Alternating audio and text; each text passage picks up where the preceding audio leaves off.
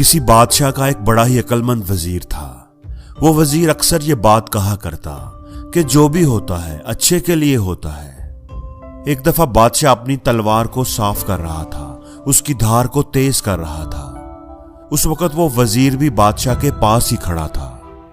अचानक तलवार बादशाह के हाथ से छूटकर बादशाह के पांव पर गिर गई और बादशाह के पांव की एक उंगली कट गई।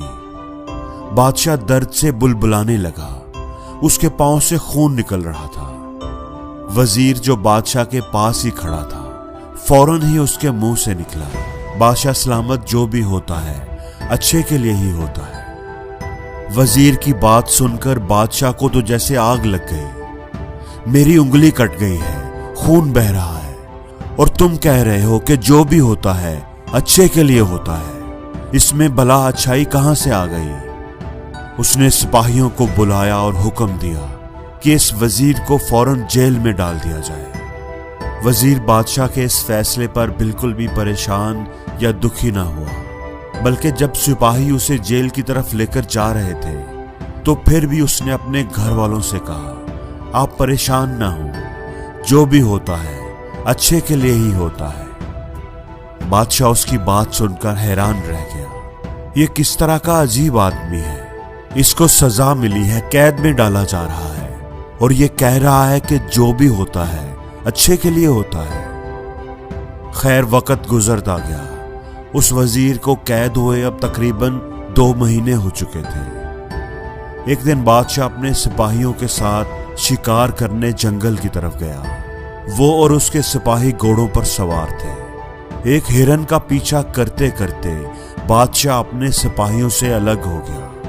हिरन के पीछे घोड़ा दौड़ाते हुए बादशाह को ख्याल तक न रहा कि वो घने जंगल के अंदर जाता जा रहा है। भागते भागते हिरन झाड़ियों में कहीं गायब हो गया। अब बादशाह ने इधर उधर देखा तो वो घने जंगल के अंदर बिल्कुल अकेला था और रास्ता भी भूल चुका था। उसे समझ नहीं आ रही थी कि वो क्या करे। अचानक उसे अपने इर्द गिर्द से अजीबो गरीब आवाजें आना शुरू हो गई और फिर झाड़ियों से जंगली कबीले के लोग बाहर निकल आए। उनके हाथों में नेज़े थे और वो तादाद में बहुत ज्यादा थे। वो मुंह से अजीबो गरीब आवाजें निकाल रहे थे। उन्होंने बादशाह को चारों तरफ से घेर लिया। बादशाह ने उन्हें बताने की बहुत कोशिश की कि मैं बादशाह हूं, लेकिन उनको कुछ समझ न आई। उन्होंने बादशाह को रस्सियों से बांधा और अपने कबीले की तरफ रवाना हो गए। उन्हें ये खूबसूरत इंसान बहुत पसंद आया था। वो उसे अपने देवता के कदमों में कुर्बान करके देवता को खुश करना चाहते थे। बादशाह को भी समझ आ गई थी कि वो कबायली उसके साथ क्या करना चाहते हैं, इसलिए वो जोर जोर से चिल्ला रहा था, अपनी जान बख्शने की भीख मांग रहा था। लेकिन कबायलियों को इसकी बात कहां समझ आती थी। वो बादशाह को अपने कबीले में ले गए। पूरे कबीले में खुशी की लहर दौड़ गई। लोगों ने ड्रम बजाना शुरू कर दिए। कबीले में तो जैसे मेले का समा बन गया था। उन्होंने बादशाह को नहलाया, नए कपड़े पहनाए, खुशबू लगाई, फूलों की पत्तियां बादशाह के ऊपर बखेर दी। अब बादशाह को कुर्बानी के लिए बिल्कुल तैयार कर दिया गया था। पूरा कबीला ढोल की थाप पर रक्स कर रहा था। लोग खुशी से झूम रहे थे। वो बादशाह को अपने देवता के कदमों में ले गए।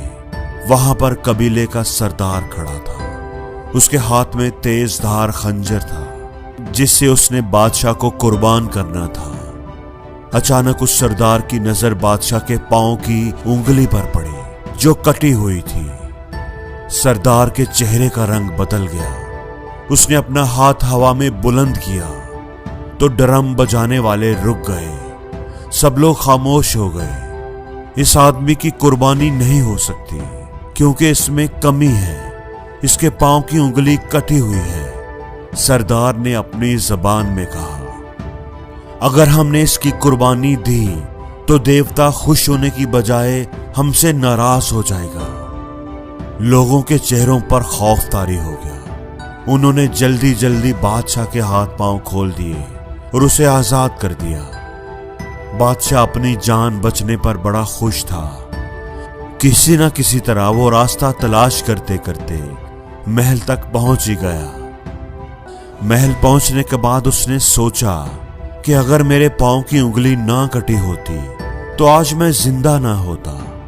और इसका मतलब है कि वो वजीर सही कह रहा था कि जो भी होता है अच्छे के लिए होता है। उसने सिपाहियों को हुक्म दिया कि उस वजीर को फौरन रहा कर दिया जाए और मेरे सामने हाजिर किया जाए। बादशाह ने उस वजीर को उसके ओहदे पर बहाल कर दिया और पूछा, उस दिन मेरे पांव की उंगली कट गई थी और तुमने कहा था कि जो भी होता है अच्छे के लिए होता है, और वाकई ऐसा ही हुआ। इस कटी हुई उंगली की वजह से मेरी जान बच गई। मुझे ये बात समझ आ गई है। अब तुम बताओ कि तुम 2 महीने जेल में रहे, कैद को बर्दाश्त किया, मुश्किल में रहे हो, इसमें तुम्हारे लिए क्या अच्छाई थी? वजीर ये बात सुनकर मुस्कुराया। हजूर, मैं आपका वजीर खास था और मैं हमेशा आपके साथ ही रहता था। अगर आप मुझ पर गुस्सा ना करते, मुझे जेल ना भेजते, तो उस दिन शिकार पर भी मैं आपके साथ ही होता और आपके साथ ही पकड़ा जाता। कबायलियों ने आपको तो आपकी कटी हुई उंगली की वजह से छोड़ दिया था, लेकिन वो मुझे कभी ना छोड़ते, क्योंकि मेरे जिस्म में कोई कमी नहीं है। अगर उस दिन आप मुझे जेल ना भेजते तो वो जरूर मुझे देवता के कदमों में कुर्बान कर देते। इसलिए ये अच्छा ही हुआ कि मैं जेल में था। इस तरह आपकी जान भी बच गई और मेरी जान भी बच गई। इसीलिए तो मैं हमेशा कहता हूं कि जो भी होता है अच्छे के लिए ही होता है। दोस्तों, अगर हम अपनी जिंदगियों की तरफ देखें तो हमें एहसास होगा कि बाज़ दफा हम भी मुश्किल दौर से गुजर रहे होते हैं। हमारे साथ भी कुछ बुरा हो रहा होता है और हम सोचते हैं कि काश ऐसा ना हुआ होता। लेकिन कुछ वक्त गुजरने के बाद जब हम पीछे मुड़कर देखते हैं तो तब हमें एहसास होता है कि जो भी उस वक्त हुआ था अच्छे के लिए ही हुआ था। वो मुश्किल, वो तकलीफ तो असल में हमारे फायदे के लिए ही थी। असल में जो कुछ भी हमारे साथ होता है हम उसको अपनी सोच समझ के मुताबिक एवेल्युएट करते हैं, लेकिन हमारी तो सोच ही लिमिटेड होती है, महदूद होती है। और उसी महदूद सोच की वजह से हम किसी वाक़े की हकीकत को नहीं समझ पाते।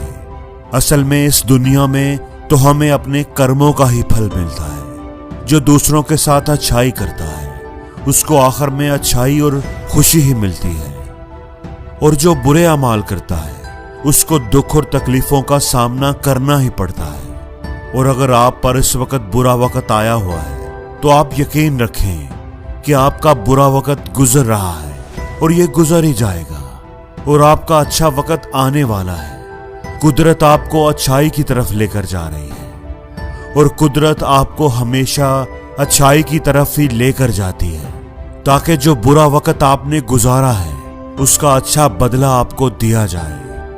हमेशा याद रखें कि अगर कोई तकलीफ आपको मिलती है तो आप यकीन रखें कि वो तकलीफ वक्ती है। उस तकलीफ का बदला आपको अच्छाई की सूरत में जरूर मिलेगा। आपके साथ अगर कुछ बुरा भी हुआ है तो याद रखें कि वो अच्छे के लिए ही हुआ है।